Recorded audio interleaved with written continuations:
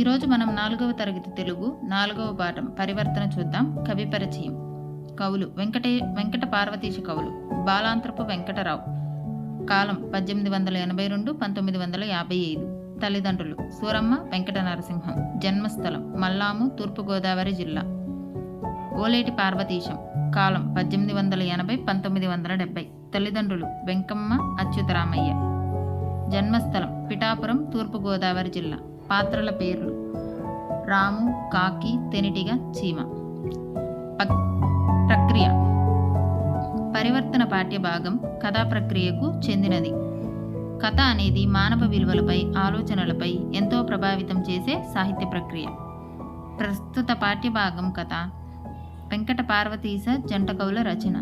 ఇతివృత్తం. మానవ జీవితంలో బాల్యదశ ఎంతో క్లిష్టమైనది. ఆ దశలో పిల్లల యొక్క ఆలోచన సరళలను, స్వభావాలను సరి అయిన దారిలో పెట్టడం చాలా అవసరం. ఇటువంటి పిల్లల స్వభావం ఇతివృత్తంగా కలిగిన పాఠ్యభాగం పరివర్తన. కథాంశాలు. రాము అనే అబ్బాయికి విశాలమైన గదులున్న ఇంటిలో చదువుకోవడానికి అన్ని సౌకర్యాలు కలవు. కానీ రాముకి చదువు మీద, పాఠశాల మీద ఆసక్తి తక్కువ. ఒకరోజు బడికి వెళ్లకుండా మార్గం మధ్యలో ఉన్న మామిడి తోటలోనికి వెళ్ళి అక్కడ ఉన్న వాటితో ఆడుకుందాం అనుకున్నాడు. మామిడి తోటలోని కాకి, తేనెటీగ, చీమలను ఆడుకుందాం అని అడగగా, అవి మాకు పనులున్నాయి, వచ్చే కాలాన్ని దృష్టిలో పెట్టుకుని మేం పనులు చేసుకుంటాం అని సమాధానం ఇస్తాయి. ఆ మాటలతో రాములో పరివర్తన మొదలై అందరూ పాఠశాలకు వెళ్ళి చదువుకుంటూ ఆడుకుంటున్నారు, నేనెందుకు బడికి వెళ్లకుండా వ్యర్థంగా తిరుగుతున్నా అని బడికి వెళ్ళి అందరితో కలిసి ఆడుతూ చదువుకుంటాడు. వ్యాఖ్యలు.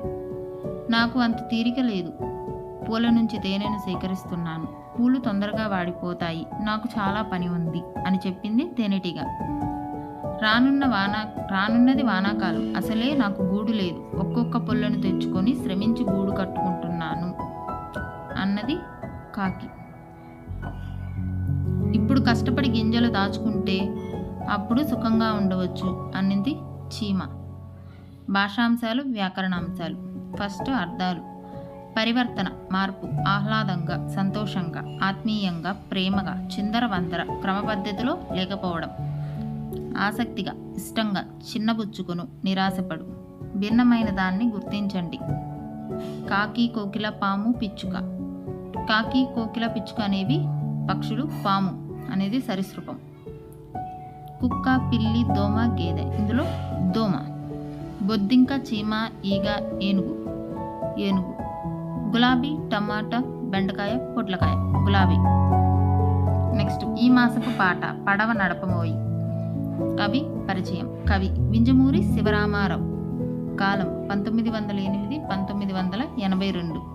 జన్మస్థలం చంద్రపాలెం, తూర్పుగోదావరి జిల్లా. రచనలు గోర్కీ కథలు, కల్పవల్లి, ఖండకావ్య సంపుటి. బిరుదు కళాప్రపూర్ణ. పాఠంలోని భావం. పడవ నడపబోయి, పూల పడవ నడపబోయి అంటూ ఈ పాట మొదలవుతుంది. పడవను ఎలా నడపాలి, పడవ నీళ్ళల్లో వెళ్తున్నప్పుడు ప్రకృతి ఎలా ఉంటుంది, పడవ ప్రయాణం ఎలా సాగాలి అన్న అంశాలను ఈ పాట ద్వారా తెలియజేశారు. చుట్టిన తెరచాపనెత్తి గట్టిగా చుక్కాన్ని పట్టి ఒరగనీయకుండా అలలపై తేలిపోతున్నట్లుగా పడవని నడపాలి. మిన్ను మన్నుని కలిపినట్లుగా ఉన్న దిక్కులు వైపు ఊరు ఏరు దాటి 4 కడలను దాటి చీకు చింతలేని విత్తలోకానికి చేరును అని పడవ గురించి పాట ద్వారా వర్ణించారు. ఈ మాసపు కథ. ఉపాయం. ఇందులోని పాత్రల పేర్లు భీష్ముడు, ద్రోణాచార్యుడు, భీముడు, అర్జునుడు. ఉపాయం కథ అనేది ఇతిహాస కథ, మహాభారతానికి సంబంధించినది. పూర్వం భరత వంశానికి చెందిన రాకుమారులంతా బంతాట ఆడుతున్నారు. భీముడు బంతిని గట్టిగా తన్నడం వల్ల ఆ బంతి బావిలో పడింది. ఆ బంతిని ఎలా తీయాలి అని పాండవులంతా ఆలోచిస్తుంటే అటుగా వచ్చిన ద్రోణాచార్యుడు గమనిస్తాడు.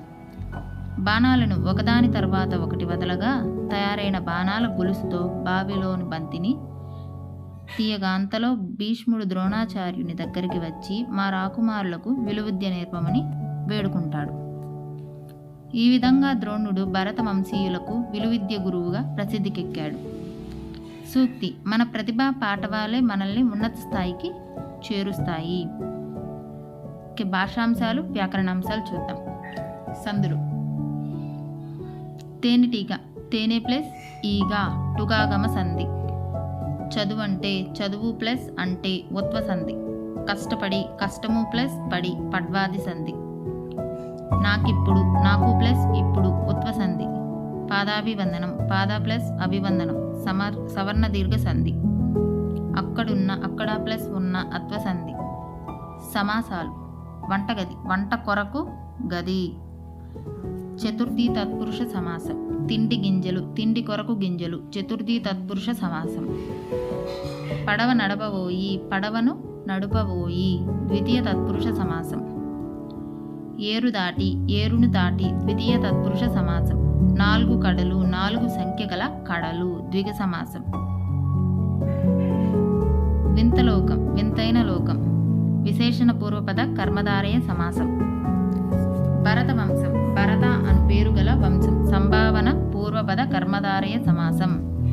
పాదాభివందనం, పాదములకు వందనం, షష్ఠి తత్పురుష సమాసం. అలంకారం చూద్దాం. పారుతున్న నీళ్ల గలగలలు, పక్షుల కిలకిలలు, వాటి రెక్కల టపటపలతో పచ్చని ప్రకృతి ఆహ్లాదంగా ఉంది. ఇది స్వభావోక్తి అలంకారం. ఈ అలంకారంలో ప్రకృతి గురించి, ప్రకృతి స్వభావాన్ని వివరించారు. Okay, thank you friends.